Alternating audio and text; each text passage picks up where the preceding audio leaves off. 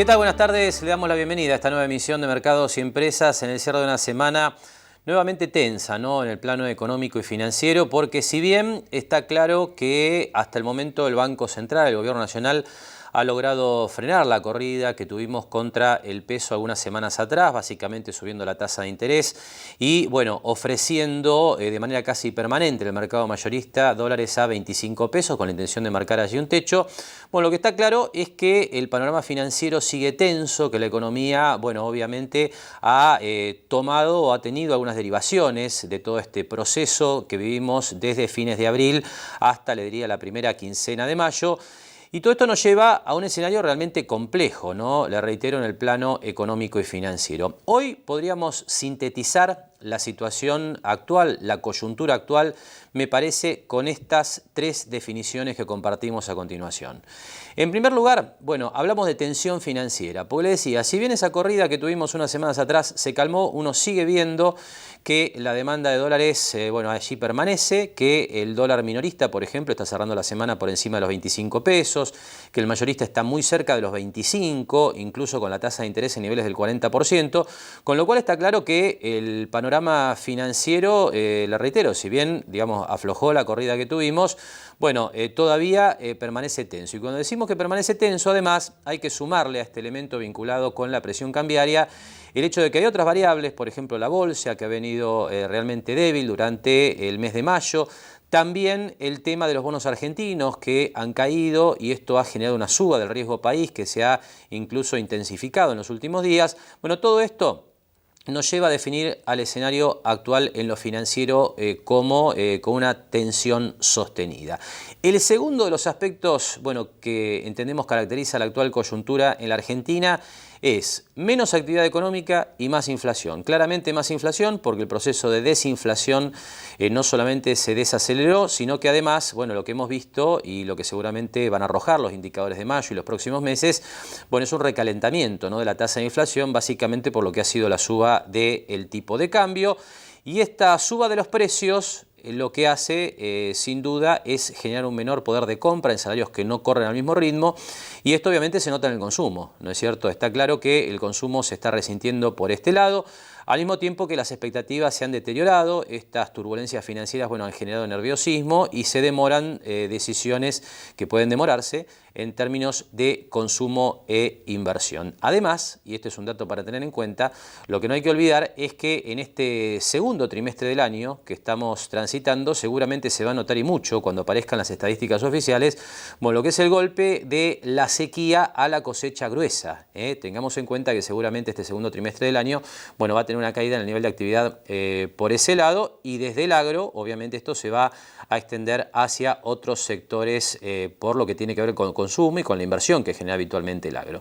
Y el tercer punto, que seguramente no es tan visible, ¿no?, para el argentino, es el panorama internacional, porque más allá de lo que hemos comentado ya extensamente en las últimas semanas en relación a lo que es la debilidad de las monedas emergentes, hablamos de lo que era la suba del dólar en Turquía, ¿no?, la corrida contra la lira turca, también el tema del real brasileño que se ha depreciado sensiblemente desde el principio del año.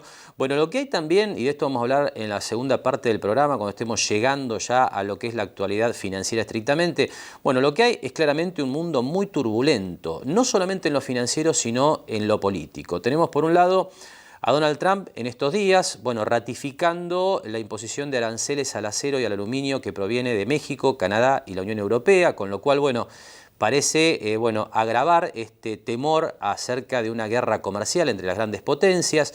Tenemos problemas políticos en Italia, problemas políticos en España, que terminan este viernes con el recambio en la presidencia, ¿no?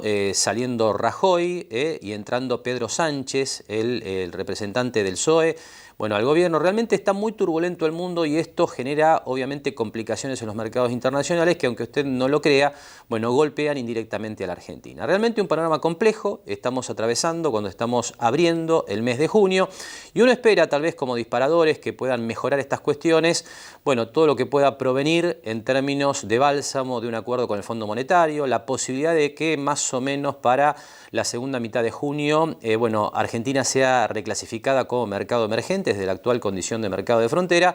Y bueno, y que de a poco los mercados internacionales se vayan apaciguando para mejorar este complejo clima que, le reitero, tenemos en la actual coyuntura económica y financiera. Pero bueno, pasando ahora, y de esto vamos a estar hablando seguramente más adelante con mucha más extensión, a temas locales, ¿no? Vamos a ir analizando qué está pasando en distintos sectores de la economía marplatense a lo largo de la próxima hora. Y vamos a comenzar con el mercado inmobiliario y lo hacemos compartiendo estadísticas, datos que tienen que ver con el último informe del Observatorio de Desarrollo Regional de la Fundación Bolsa de Comercio de Mar del Plata, que marca que hasta abril, porque este es el punto, ¿no? Después de abril, bueno, las cosas han cambiado bastante, pero hasta abril la foto de lo que estaba pasando en el mercado inmobiliario realmente venía muy bien. Como usted comienza a ver en pantalla, las escrituras en abril, en General Porredón, alcanzaron 1.193 contratos, con un crecimiento interanual del 49%. Los primeros 4 meses acumulaban un crecimiento del 59%, siempre la comparación con el mismo periodo del año anterior. Y después, pasando a las hipotecas, que han sido realmente el pilar de todo este buen desempeño del mercado inmobiliario en los últimos meses.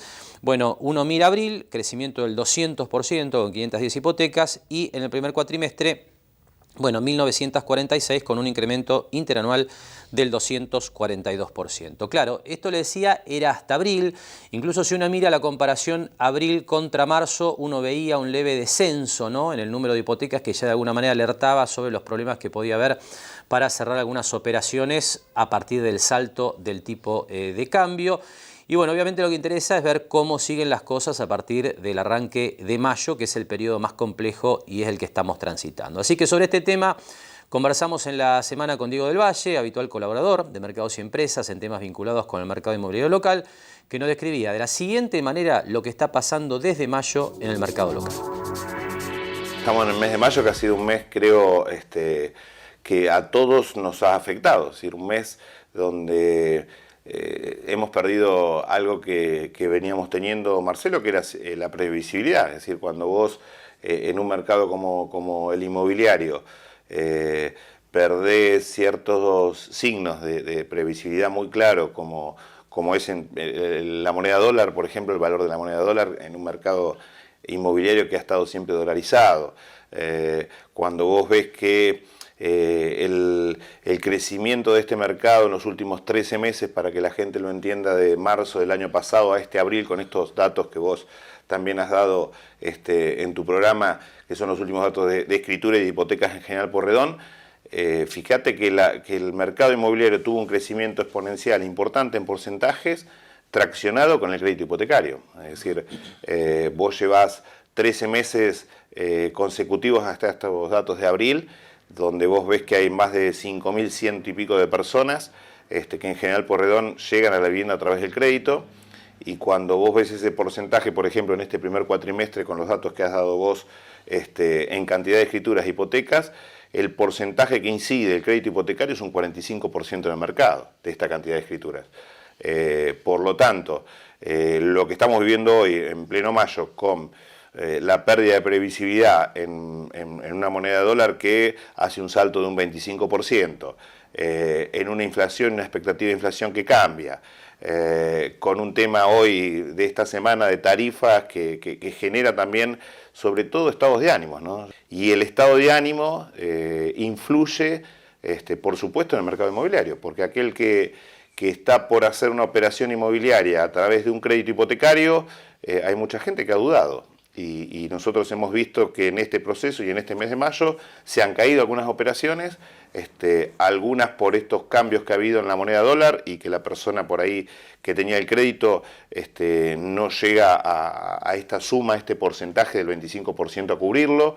Pero también ha habido otras personas que por ahí, frente a este escenario que te digo, y frente al estado de ánimo y frente a la previsibilidad, también ha dudado y ha también preferido esperar, ¿no? Esa es un poco la situación que estamos viviendo en el día a día. Es decir, que hoy las consultas se han frenado, con crédito o sin crédito. Se ha bajado muchísimo. Es decir, vos tenés siempre, el mercado inmobiliario siempre tiene un movimiento que, mirá, que fue muy claro nuestro, yo digo del cepo al dólar, octubre del 2011 al 2015, te marcó el piso del mercado inmobiliario en General Porredón. Si vos mirás los registros, ahí el promedio te da 600, 700 operaciones de escrituras en General Porredón.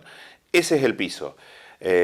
Si vos hoy analizás los números del primer cuatrimestre que volcás todos los meses vos en tu programa, y ves este 45% de crédito hipotecario, fíjate que si le sacás el crédito hipotecario, el mercado inmobiliario está en los mismos números que el 2011 al 2015.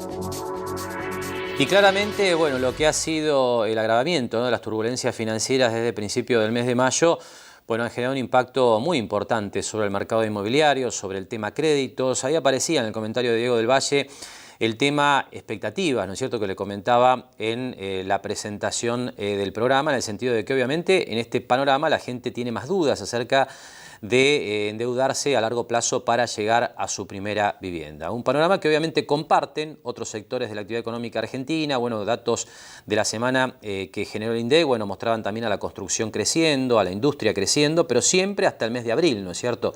Desde mayo las condiciones han cambiado y bueno, uno espera, como le decía anteriormente, algunos disparadores, como el tema del acuerdo con el fondo, digamos, la mejora tal vez del panorama internacional, si esto se produce, e incluso la posibilidad de que Argentina sea recategorizada como emergente para ver si podemos cambiar este estado de cosas. Donde sigue tranquilo el panorama, básicamente por lo que es el crecimiento de oferta en los últimos años, es en el mercado de alquileres. Este es un punto tranquilizador para todos aquellos que bueno, no son propietarios todavía, sino que siguen siendo inquilinos, aunque para los propietarios que ponen sus unidades en alquiler, realmente la rentabilidad se ha caído y mucho en los últimos años. Sobre este tema, Diego del Valle nos comentaba lo siguiente. Nosotros venimos con un crecimiento de oferta sostenido, yo te diría ya de 15 años hacia atrás. Este crecimiento de ofertas también se ha dado mucho a través de la cantidad de edificación nueva que hemos tenido en este proceso. Y fíjate que hoy recorres, Marcelo, cualquier zona y vos ves que hay construcciones nuevas. Hay gente que se anima a comprar un lote y a empezar a hacer unidades de departamentos. Eso es muy importante en el mercado de alquileres también, porque ahí tenés un gran porcentaje de toda esa obra nueva que también va a parar al mercado de alquileres. Y el otro dato esencial es el que charlábamos primero, es decir, vos tenés en un plazo de 13 meses, de marzo del año pasado a este abril, más de 5.100 personas que fueron al crédito hipotecario. Por lo tanto, en 13 meses perdiste para el mercado de alquileres una porción muy importante también de buenos inquilinos, es decir, aquel inquilino que tenía su ingreso en blanco, con buenos números, con antigüedad. Por lo tanto, estamos viendo que, te diría que estamos en un momento en alquiler de 24 meses de vivienda donde la oferta es de las más amplias que tiene Mar del Plata. Por lo tanto, los valores se tienen que adecuar también a este mercado. Yo siempre digo lo mismo, el mercado de alquileres de 24 meses es un mercado de gente que tiene un recibo de sueldo, de gente que ese sueldo tiene una paritaria anual y tiene un porcentaje de paritaria anual. Por lo tanto, los alquileres no se pueden ir de esos porcentajes. Cuando por ahí vos escuchás como en Buenos Aires de alguien que pueda hablar de dolarizar alquileres, a ver, para nuestro mercado es un disparate. Es decir, jamás se podría dar hoy un mercado dolarizado en vivienda. Se puede llegar a dar, y eso sí se da en Mar del Plata, algún contrato importante, por ejemplo comercial, de algún local, de algún depósito y demás, que esa empresa necesita un tiempo de desarrollo. Entonces, si vos tenés un contrato de largo plazo, una empresa que necesita un contrato de 10 años, sin duda que en ese caso la única variable posible que vas a tener es poder llegar a hacer un contrato dolarizado, pero te voy a repetir, porque se da un objetivo distinto, que es que la persona pueda desarrollar la empresa o pueda desarrollar ese objetivo y necesita un plazo amplio como son de 10 años. En los alquileres de 24 meses hay que estar tranquilo, hay mucha oferta. Los porcentajes que nosotros estamos viendo con los propietarios que se están actualizando es entre un 20 y un 25%. Ese es el porcentaje de actualización fija, como siempre digo, Marcelo, ¿no? O sea, la persona que alquila 24 meses en Mar del Plata, del primer mes al mes 24, sabe que por 2 años esa variable de la economía la tiene clara, qué es lo que va a pagar. Y siempre recordando que en vivienda, en Mar del Plata, el inquilino solamente paga luz, gas y agua, ¿no? O sea, el propietario asume lo que son las expensas, asume el impuesto municipal, asume el impuesto de rentas. El propietario hoy de un alquiler de 24 meses no busca rentabilidad, esto también hay que ser muy sincero. Quien pone como propietario una propiedad en el mercado lo hace simplemente como una política muy conservadora y de seguridad, de tener un respaldo y de tener un capital como es un inmueble dolarizado. Hoy ves que hay propiedades, sobre todo en lo que es el microcentro, donde la rentabilidad es casi cero. Si vos te pones a analizar en el valor del alquiler, lo que pagan de expensas, lo que pagan de impuesto municipal, y si tiene que hacer algún arreglo que puede pasarle en 24 meses, al darle el uso y goce al inquilino, de tener que hacer X arreglo, cambiar un artefacto, hay contratos que hoy la rentabilidad es casi cero.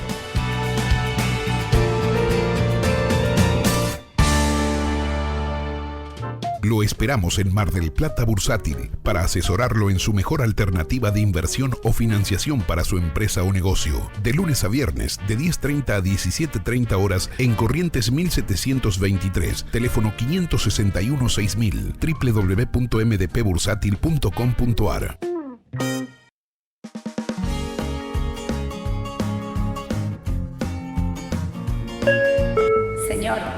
Señor, ¿necesita ver algo más? Sí, me gustaría. Siéntete como en pava, siéntete bien, pásalo bien, siéntete como en pava.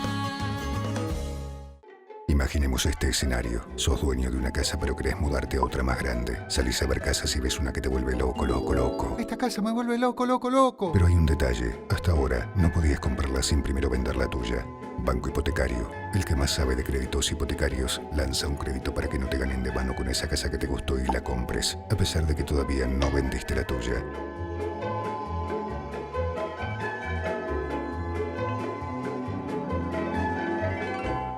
Espatolero y Lorenzo Inmobiliaria. Desarrollos inmobiliarios. Participe por su unidad 100% en pesos y en cuotas. Conozca nuestros 20 emprendimientos ingresando a www.espatoleroylorenzo.com. SPI Astilleros, a la vanguardia de una nueva industria naval. Bien, y le comentaba en el bloque previo que la actividad económica hasta abril, bueno, todos los datos indican que venía creciendo a un ritmo bastante sólido, ¿no es cierto? Y esto, por ejemplo, está apoyado, esta opinión, básicamente en los datos, por ejemplo, que dio a conocer el INDEC en la semana. Compartimos a continuación información que tiene que ver con la actividad industrial hasta el mes de abril. Ahí ustedes los tienen en pantalla, son datos oficiales. En abril la industria creció 3,4% y el primer cuatrimestre cerró con un crecimiento del 3,1%. Y bueno, con de todos modos un desempeño bastante, le diría, focalizado en la industria automotriz y siderúrgica, ¿no? Aquí usted tiene los mejores comportamientos, hablando de subsectores industriales. La producción de vehículos en el primer cuatrimestre creció 26,9%, acero 25,2% y minerales no metálicos, esto es, por ejemplo, vidrio, cemento, insumos dedicados a la actividad de la construcción, 10,2%. Del otro lado, la otra cara de la moneda es la caída de sectores como el textil, que usted ve en pantalla, 6,5%, petróleo 2,4%, y químicos 1,5%. Lo reitero, datos hasta abril. Esto claramente habrá que evaluarlo a partir de mayo con el cambio del escenario financiero. Y después tenemos datos de la construcción, también generados por el INDEC, que es lo que compartimos a continuación. En este caso hasta marzo. En marzo la construcción crecía 1%, usted sabe que la construcción venía bien hasta el momento, con lo cual el primer trimestre cerró con un crecimiento del 6,9%. Pero volvemos a la actividad local y en este sentido vamos a hacer referencia ahora a una actividad conjunta que está llevando adelante la Universidad Nacional de Mar del Plata con la Secretaría de Desarrollo Productivo y que tiene que ver con el diseño de un mapa productivo industrial del partido de General Pueyrredón. Ya se hizo un relevamiento en los últimos meses y ahora comienza la segunda etapa. Sobre este tema conversamos con su coordinador, el coordinador de este programa, el licenciado Ariel González Barros. El mapa productivo del partido General Pueyrredón es un estudio que lleva adelante el Consejo Federal de Inversiones mediante la contratación de la Fundación de la Universidad Nacional de Mar del Plata con el apoyo de la Secretaría de Desarrollo Productivo y Modernización del municipio. En una primera etapa que desarrollamos el año pasado, lo que hicimos fue justamente confeccionamos un padrón de empresas industriales, de industria manufacturera del municipio a partir de la participación de envases registradas, de industrias formales. Lo que hicimos fue caracterizar la estructura productiva del municipio en función de su composición sectorial, es decir, la importancia que tiene cada una de las ramas dentro del sector que estamos trabajando. Y lo novedoso de esta etapa fue justamente analizar la distribución territorial. Muchos de ustedes conocerán la herramienta de georreferenciación a través del Google Maps, por ejemplo, lo que hicimos fue localizamos cada una de las unidades productivas en el municipio en un mapa y dando origen a la creación del primer mapa productivo del municipio. A partir de los datos que obtuvimos de este padrón, lo que hicimos fue trabajamos en el desarrollo de una muestra. Esta muestra justamente vamos a relevarla, de hecho ya comenzamos a hacer las primeras entrevistas con los empresarios, donde vamos a hacer una encuesta de mayor profundidad contando con el apoyo de 10 encuestadores, los cuales son estudiantes avanzados y graduados de la Facultad de Ciencias Económicas. Bien, y segunda etapa entonces en marcha de este relevamiento orientado a diseñar un mapa productivo industrial del partido de General Pueyrredón y bueno, el pedido a los industriales, ¿no?, que van a ser encuestados por estos 10 estudiantes que ya están saliendo a la calle, de tener buena disposición, ¿no es cierto?, para participar de un programa que seguramente va a dejar información muy valiosa para a posteriori proponer o diseñar también políticas públicas. En el segundo tramo de la charla, Ariel González Barro nos cuenta algunas características puntuales de la encuesta que van a estar respondiendo los industriales. Bueno, principalmente lo que queremos es atender las demandas del sector, entonces lo que vamos a consultar es la estructura y las características generales de las empresas, después vamos a hablar de demandas laborales, vamos a hablar de innovación, vamos a hablar de inversiones, vamos a hablar de exportación, de utilización de insumos, de importaciones, de exportación, de lo que tiene que ver con compras a empresas mismas del municipio. Entonces, a partir de toda esa información, lo que vamos a utilizarla es para la confección de un informe donde podamos determinar algunas estrategias para la mejora en la toma de decisiones, tanto del sector público como del sector privado. Bien, ahora, ¿de qué manera se vinculan con las empresas que van a formar parte de la muestra de este relevamiento? ¿Se les informa previamente? ¿El encuestador se acerca personalmente buscando la respuesta del empresario? ¿Cómo es el proceso de contacto? Bueno, en principio se determinó una muestra, la cual ya fue avisada a través del municipio mediante contacto por correo electrónico. Y luego los encuestadores van a estar pautando entrevistas con los empresarios para acordar justamente un horario de encuentro. Es por eso que le pedimos a los empresarios de la industria manufacturera de la ciudad y a la comunidad en general el apoyo en este proyecto para poder contribuir con la historia de la Facultad de Ciencias Económicas en lo que tiene que ver con vincular la investigación con el sector empresario. Bien, vos decías, Ariel, que de este trabajo va a surgir un informe, ¿no es cierto? Que un poco va a aportar, digamos, las conclusiones en torno a la información que se ha relevado. ¿Qué se puede esperar de ese informe final? Es decir, ¿a dónde se orienta un trabajo de estas características? ¿Qué efecto final busca tener? Bueno, en principio tiene dos productos finales. Por un lado vamos a tener el mapa productivo, que como te comentaba consta en la georreferenciación de los locales, y también lo que vamos a poder georreferenciar y analizar justamente es la cobertura de servicios, porque vamos a unir con bases de datos existentes la localización de las unidades productivas y ver cuál es la asistencia o cobertura de servicios actual. De esa forma también podemos analizar la distribución espacial. Eso sería por un lado uno de los objetivos principales del mapa. Y por otro lado, lo que vamos a hacer justamente es, en base a las demandas y necesidades que plantea el sector, en las entrevistas de este segundo operativo, lo que vamos a hacer es un informe descriptivo para poder realizar recomendaciones en base al diagnóstico que podamos efectuar desde la Facultad de Ciencias Económicas. Bien, ¿para cuándo esperan tener el producto final del trabajo? Bueno, en términos generales, dentro de un mes vamos a tener los resultados del primer operativo y seguramente antes de fin de año vamos a tener el resultado final del estudio.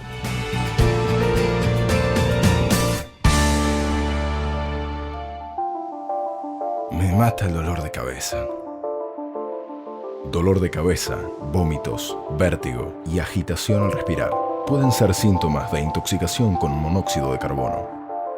Hace controlar periódicamente todas las instalaciones y artefactos a gas natural por un gasista matriculado. Ventila permanentemente los ambientes donde funcionan artefactos a gas natural. No corras riesgos. El monóxido de carbono mata.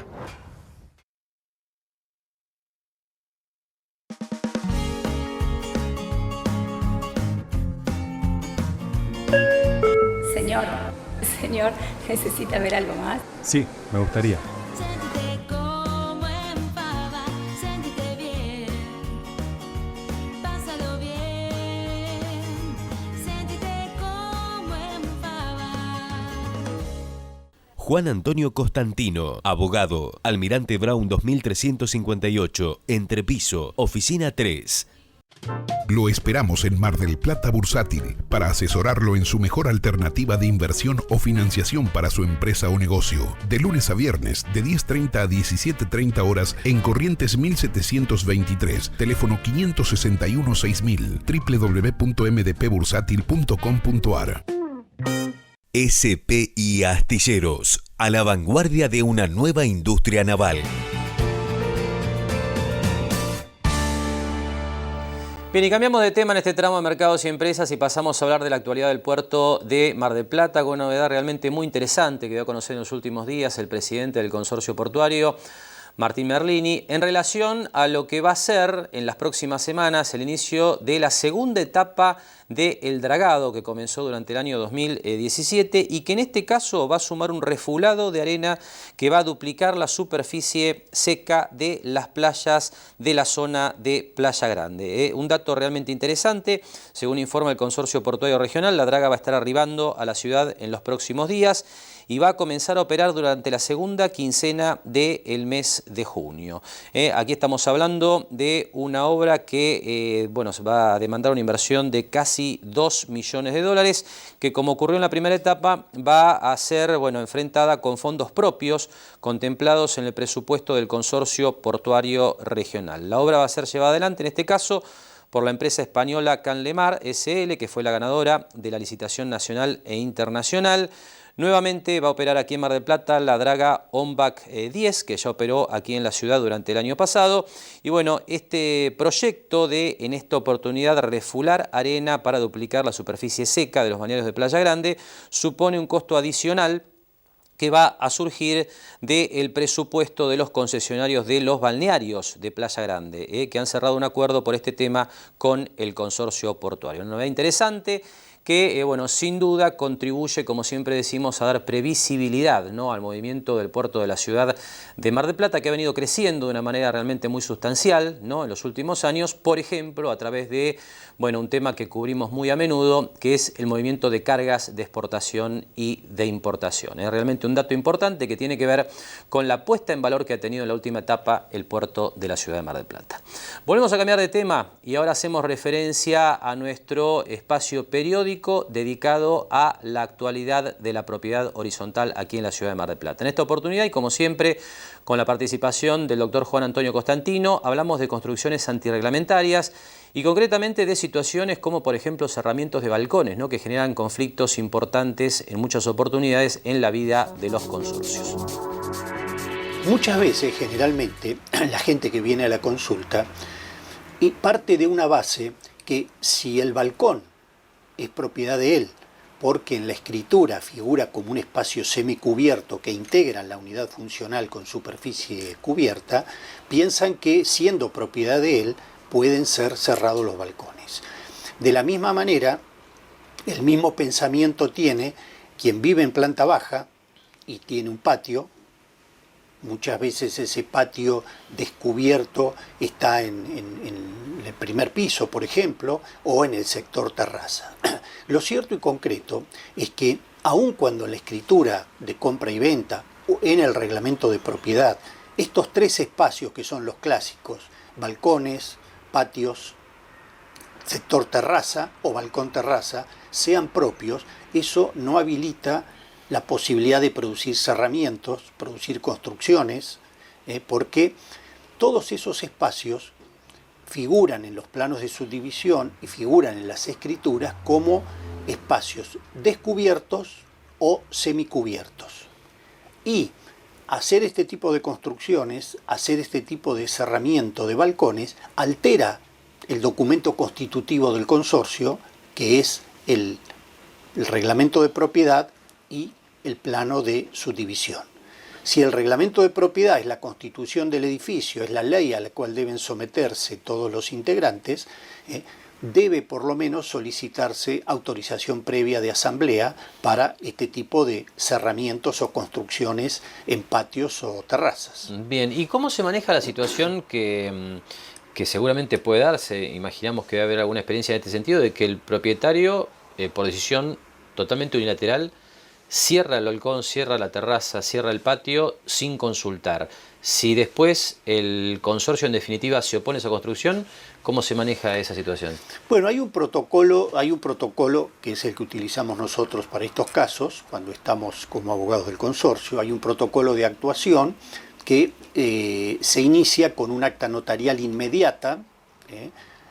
Tampoco si la persona está haciendo un quincho en su patio, tampoco van a esperar a que la chimenea esté puesta para decirle pare la obra, ¿correcto? Porque puede ser que después un juez diga que por qué no le notificaron antes que suspenda la obra.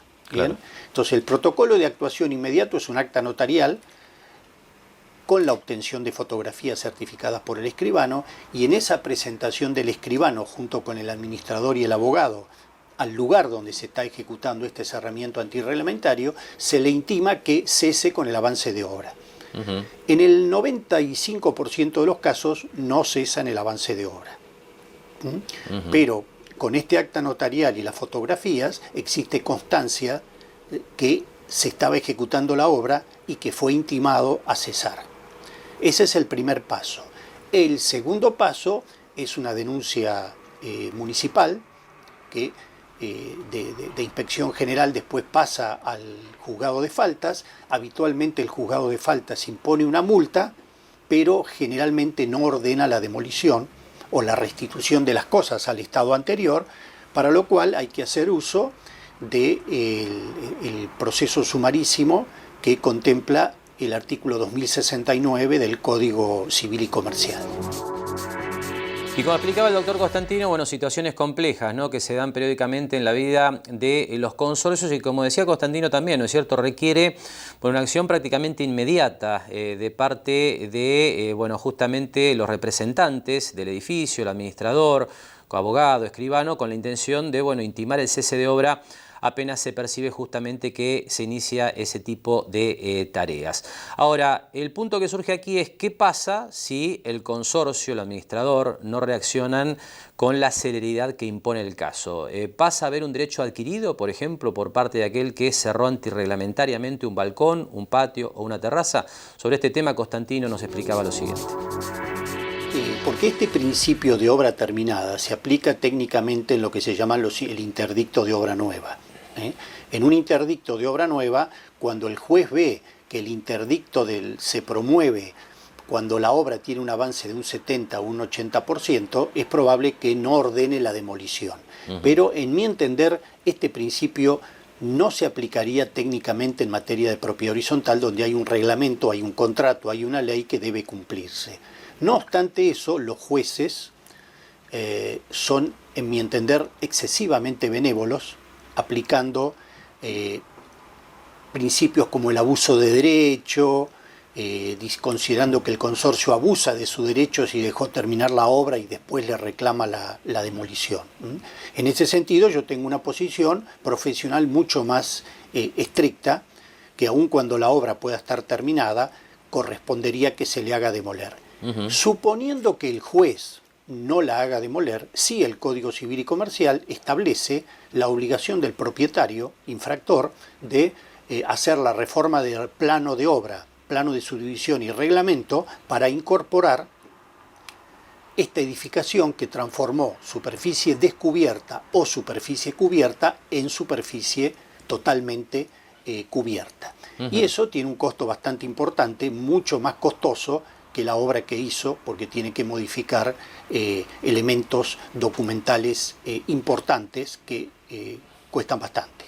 Está claro. Por último, doctor, otra situación que se nos ocurre que aparece en la vida en propiedad horizontal es la de, un edificio que, digamos, autoriza de alguna manera el cerramiento de algún balcón, patio, terraza, y después otros vecinos tienen inquietudes similares. Y en ese sentido, bueno, aparece, digamos, una pregunta que tiene que ver con si esto, digamos, debería avanzar naturalmente, cualquier pedido adicional al original, y además, suponiendo que estemos hablando de un cerramiento de un balcón, si las construcciones deben ser uniformes, pensando en la estética del edificio, ¿no?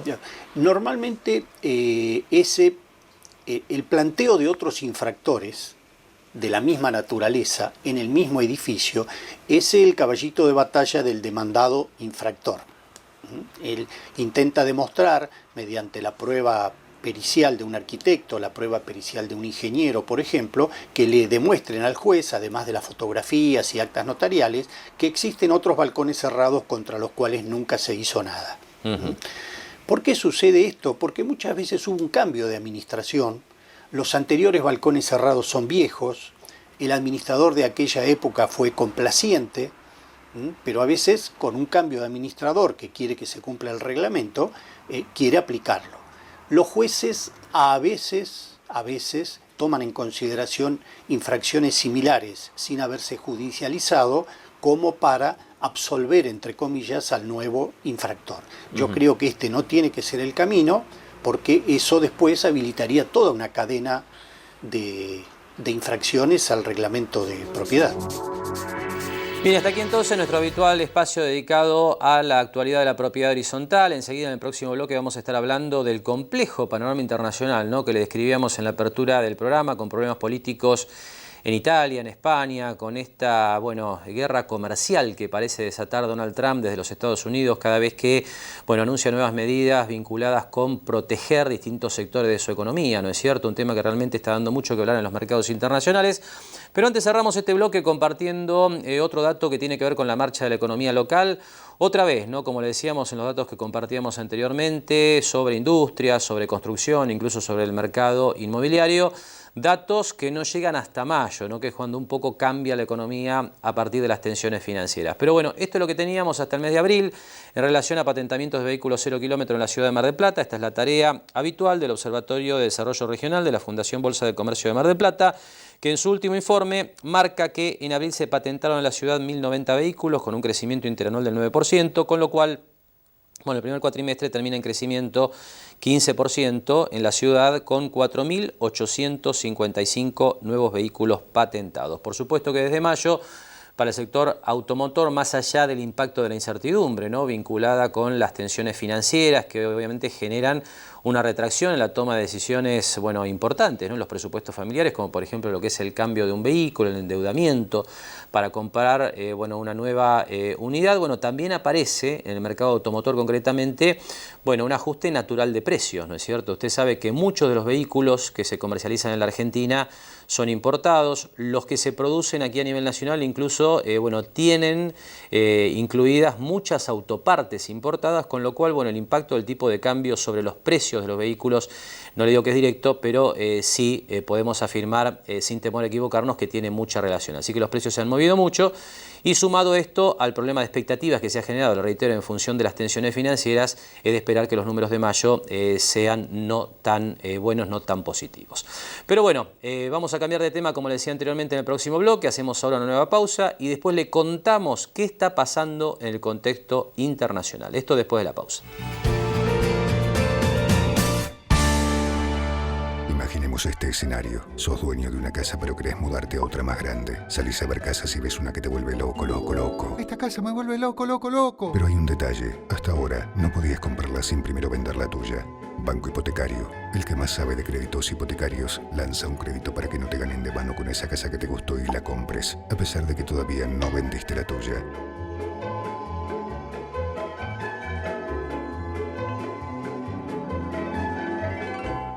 SPI Astilleros, a la vanguardia de una nueva industria naval.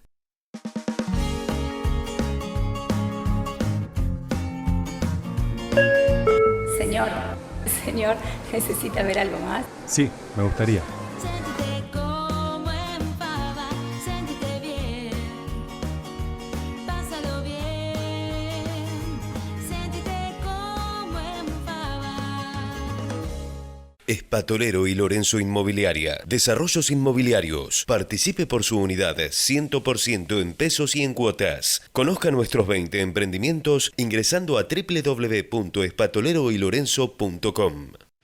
Lo esperamos en Mar del Plata Bursátil para asesorarlo en su mejor alternativa de inversión o financiación para su empresa o negocio. De lunes a viernes, de 10:30 a 17:30 horas en Corrientes 1723, teléfono 561-6000, www.mdpbursátil.com.ar.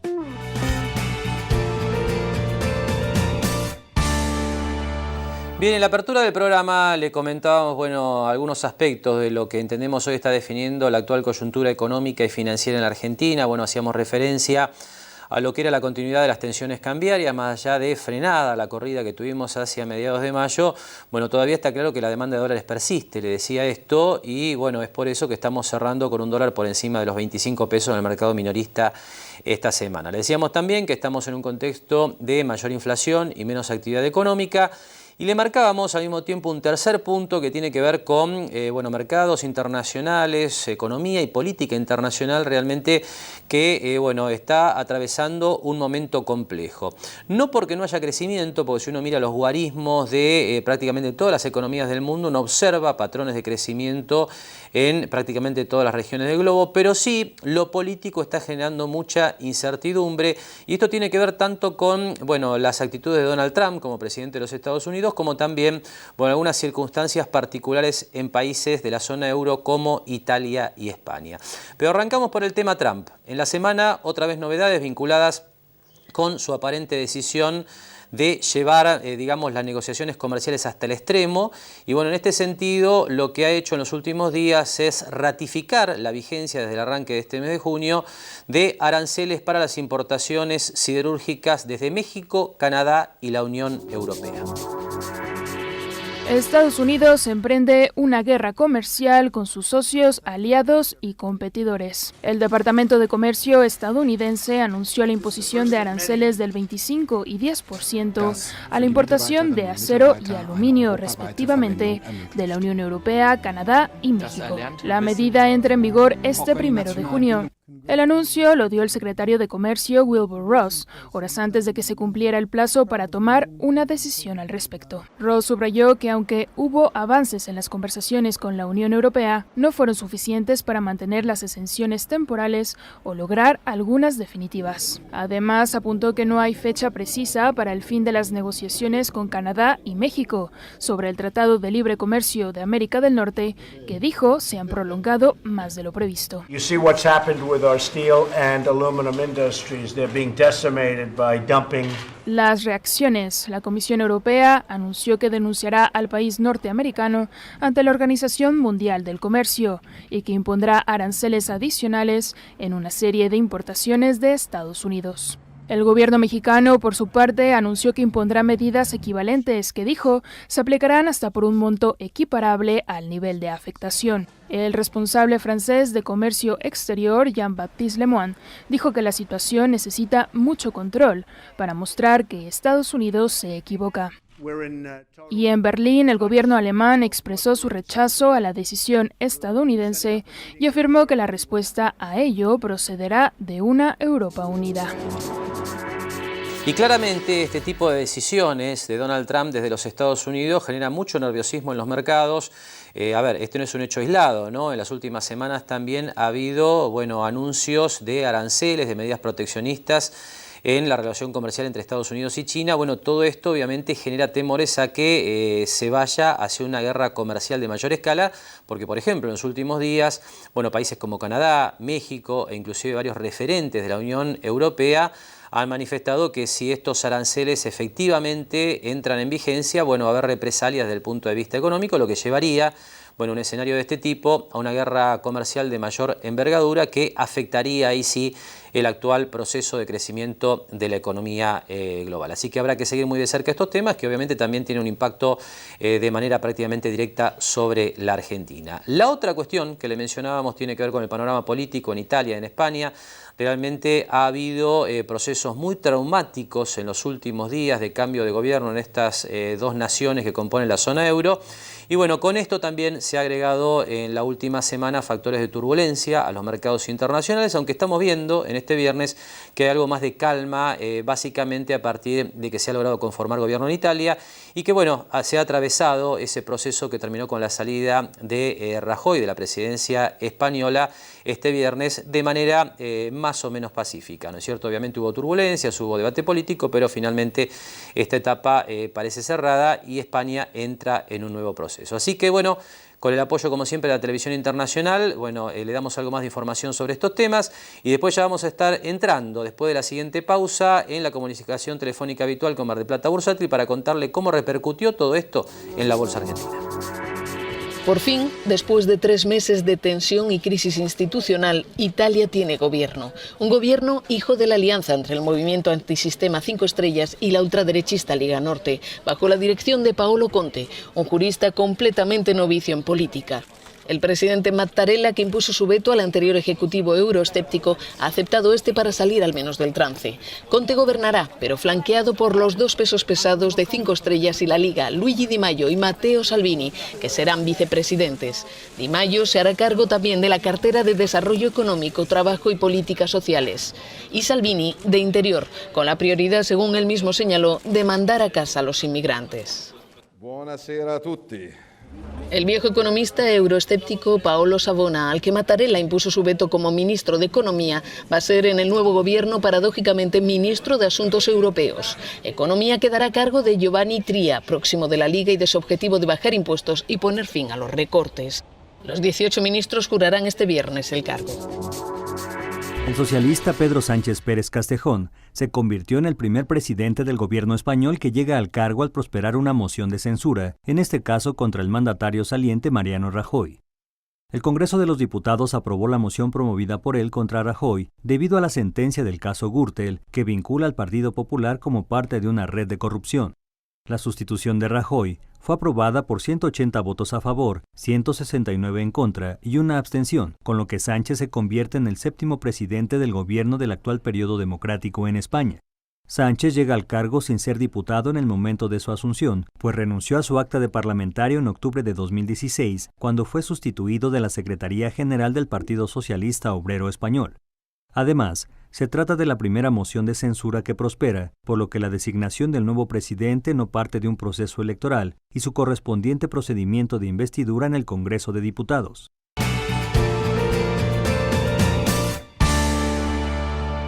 Patolero y Lorenzo Inmobiliaria. Desarrollos inmobiliarios. Participe por su unidad 100% en pesos y en cuotas. Conozca nuestros 20 emprendimientos ingresando a www.espatoleroylorenzo.com. Me mata el dolor de cabeza. Dolor de cabeza, vómitos, vértigo y agitación al respirar pueden ser síntomas de intoxicación con monóxido de carbono. Hace controlar periódicamente todas las instalaciones y artefactos a gas natural por un gasista matriculado. Ventila permanentemente los ambientes donde funcionan artefactos a gas natural. No corras riesgos. El monóxido de carbono mata. Jauregui Berri, Di Genaro y Asociados. Asesoramiento jurídico tributario. Rawson 1857, segundo piso. Teléfono 410-7666 o 410-7999. SPI Astilleros. A la vanguardia de una nueva industria naval.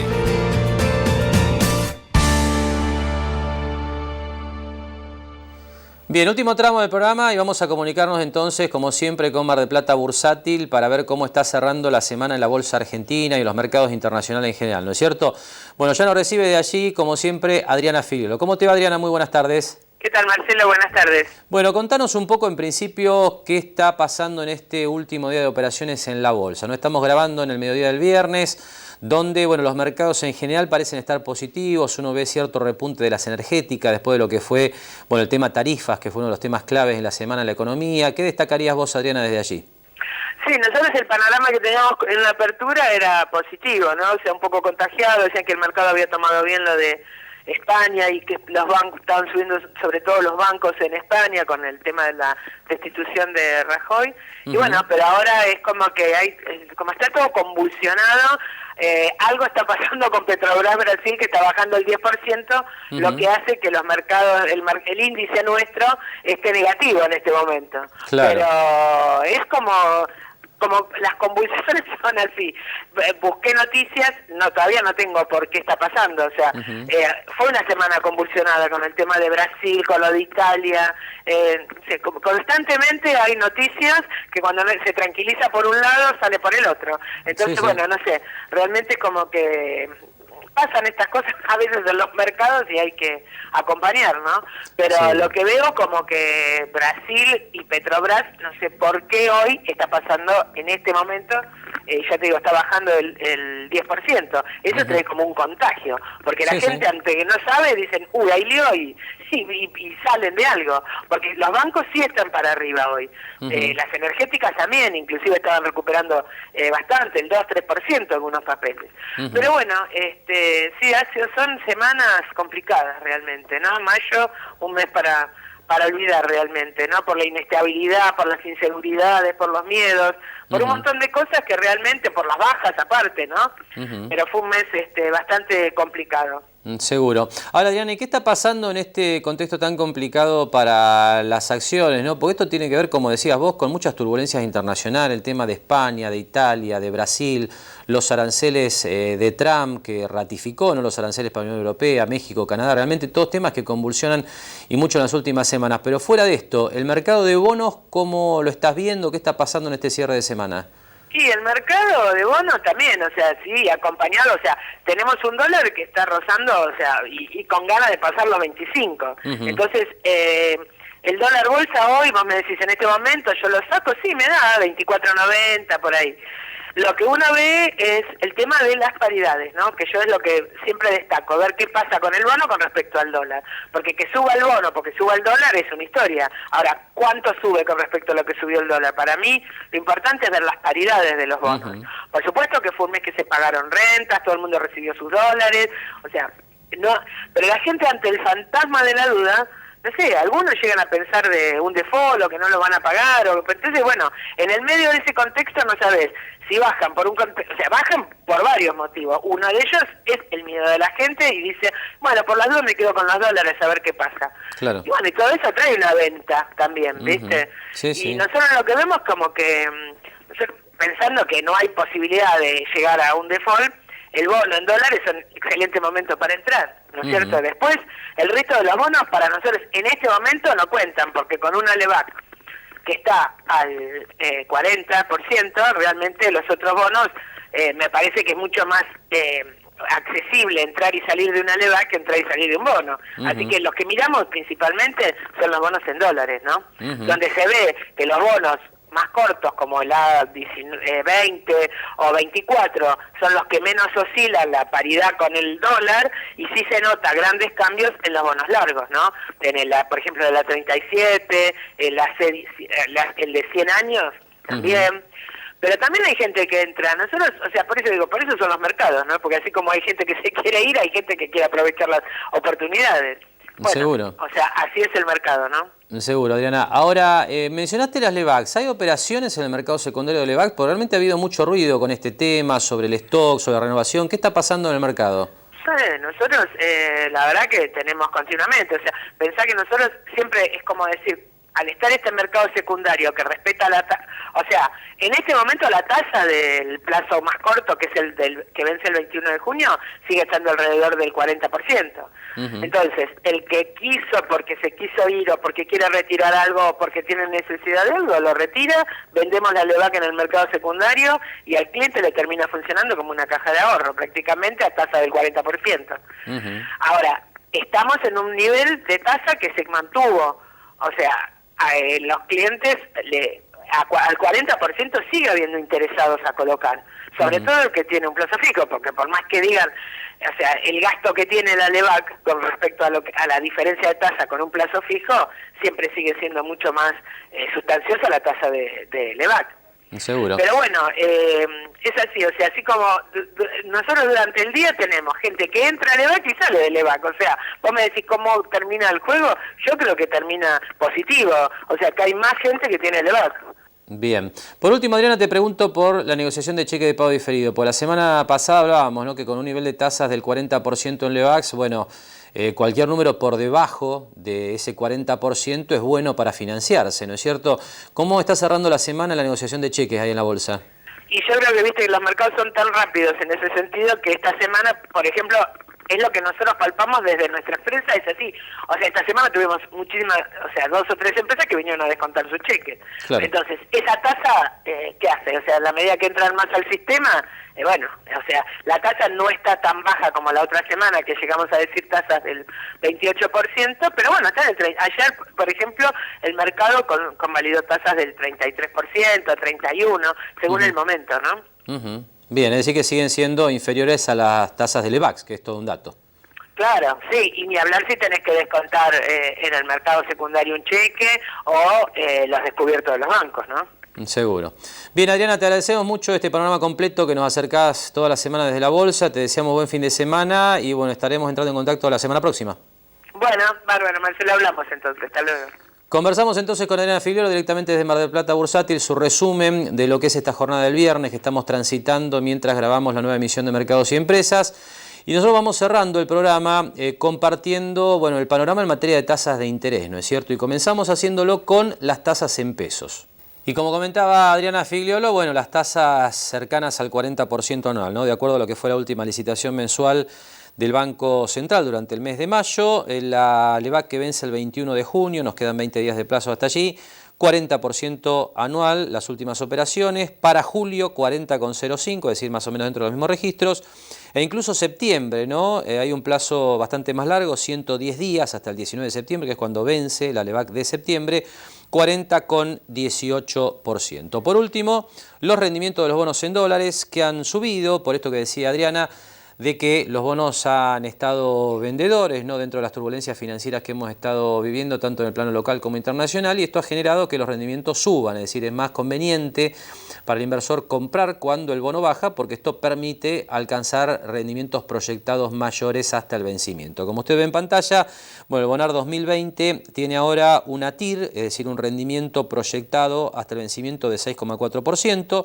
Seguimos con el Bonar 2024 muy cerca, 6,5%, y por último el bono de descuento que vence en el año 2033, 8,4%. Lo recordamos, estos son bonos que pagan todas las devoluciones de capital e intereses en dólares, es decir, que son los vehículos adecuados para aquellos que siempre piensan en moneda extranjera. Así cierra entonces una semana realmente complicada, otra vez en el plano financiero y también en lo económico, con muchos temas realmente calientes en la agenda aquí en la Argentina y también en el plano internacional. Nosotros de esta manera nos despedimos, le agradecemos que nos haya acompañado una semana más con Mercados y Empresas para volver el próximo sábado a la hora 18. Gracias y muy buen fin de semana.